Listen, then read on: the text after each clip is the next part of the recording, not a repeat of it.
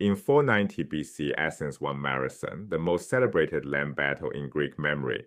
10,000 citizen soldiers in bronze armor crushed a Persian invasion force on an open plain. A decade later, that same city voted to abandon its walls, empty its temples, and put every fighting-age man on a warship. Athens staked its survival on a form of warfare almost none of its citizens had practiced. The explanation involves a lucky hole in the ground, a terrified priestess, and the most consequential act of political spin in ancient history.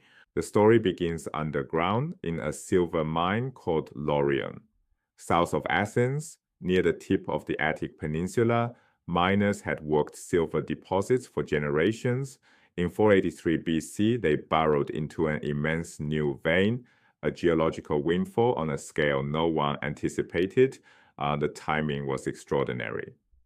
Far to the east, at Sardis, Xerxes the Persian king was assembling the largest invasion force the ancient world had ever seen.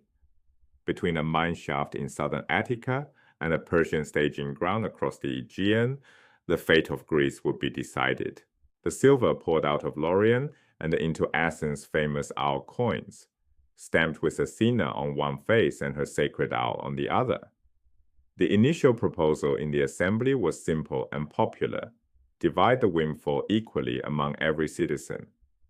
Roughly 30 to 40,000 eligible men would each receive about 10 drachmas. A drachma being a standard silver coin worth about a day's wages for a laborer, 10 days' pay, free and clear, a one-time windfall, and once spent, gone forever. Into this debate steps Themistocles, not a philosopher king, but a political operator with a sharp instinct for what moves a crowd. He rises in the assembly, Athens' democratic body where every male citizen could speak and vote, and argues against the payout. The critical detail: he does not invoke Persia. Xerxes is far away, abstract, easy to dismiss. Instead, Themistocles points to Aegina, a rival island visible from the Athenian coast, a persistent thorn in Athenian shipping. A fleet would crush Aegina now. Persia was the real reason for the fleet, but Aegina was the better argument. Proximity beats magnitude. The assembly votes yes.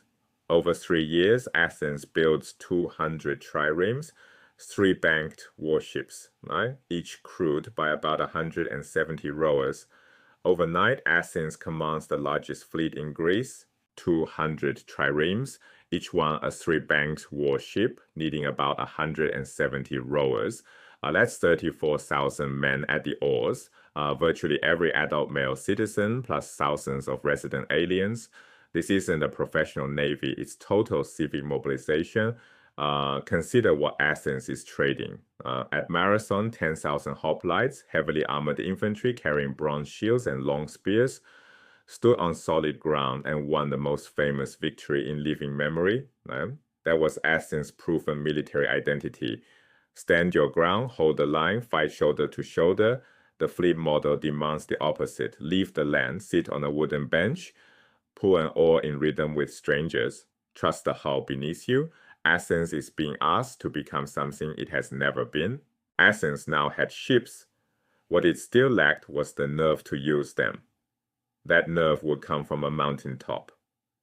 With Xerxes marching west, Athens sends envoys to the oracle at Delphi, the most authoritative voice in the Greek world. The sanctuary clung to the slopes of Mount Parnassus. On appointed days, the Pythia, Apollo's priestess, descended into a crypt beneath the temple, sat on a bronze tripod over a fissure in the rock, and spoke the god's words. Delphi's track record was powerful and treacherous.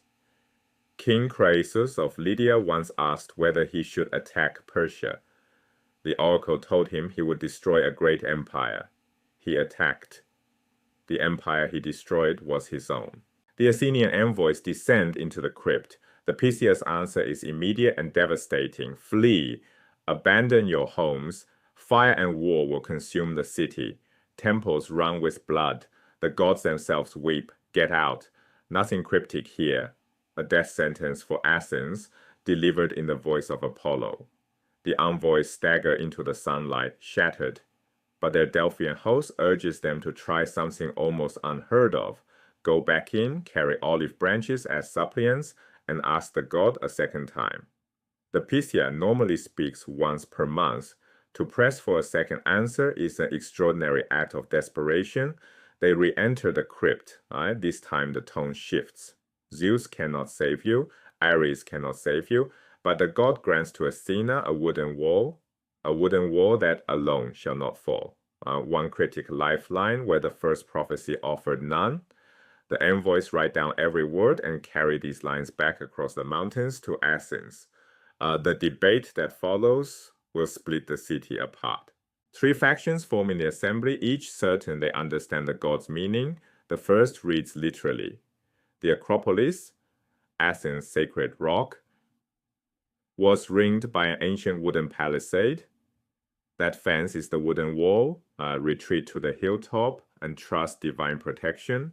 The second faction sees a command to emigrate, load onto ships, sail west, found a new city. The Phocian Greeks had done exactly this a generation earlier, abandoning their homeland to establish Massalia, modern Marseille. Then Themistocles offers his reading. The wooden walls are the hulls of the fleet. The god commands Athens to fight at sea. This was the hardest sell. It meant evacuating every woman, child, and elder, watching your own temples burn, and rowing toward the largest invasion force in the ancient world. The assembly voted. Themistocles won, and with that vote, the trajectory of the coming war pivoted. But notice how fragile this chain was. Remove any single link, no silver vein discovered, a vote to distribute the money. The first prophecy accepted at face value, a different reading of the wooden wall, and Athens has no fleet at Salamis. The allied Greek naval strategy collapses. The chain from a mine shaft in Laurion to the decisive battle of the Persian wars is astonishingly thin. History pivots on moments exactly like this. Themistocles' genius was not battlefield tactics, it was framing. In the silver debate, he understood that a nearby rival, Aegina, visible from the harbor, would move voters more than a distant empire. Proximity beats magnitude. In the oracle debate, he grasped something deeper. Never argue against sacred authority, claim it. He didn't dismiss the Pythia, he reinterpreted her. Whoever controls the meaning of the prophecy controls the war strategy. Both moves reveal a principle that outlasts antiquity. In democracies, the person who controls the frame controls the outcome. A generation of Athenians raised on the glory of Marathon, the shining triumph of citizen soldiers on solid ground, chose to leave their city to burn and roll into the unknown. That act of collective nerve, right, built on silver, prophecy, and one man's ruthless gift for persuasion, determined whether Greece remained free or became a province of the Persian Empire.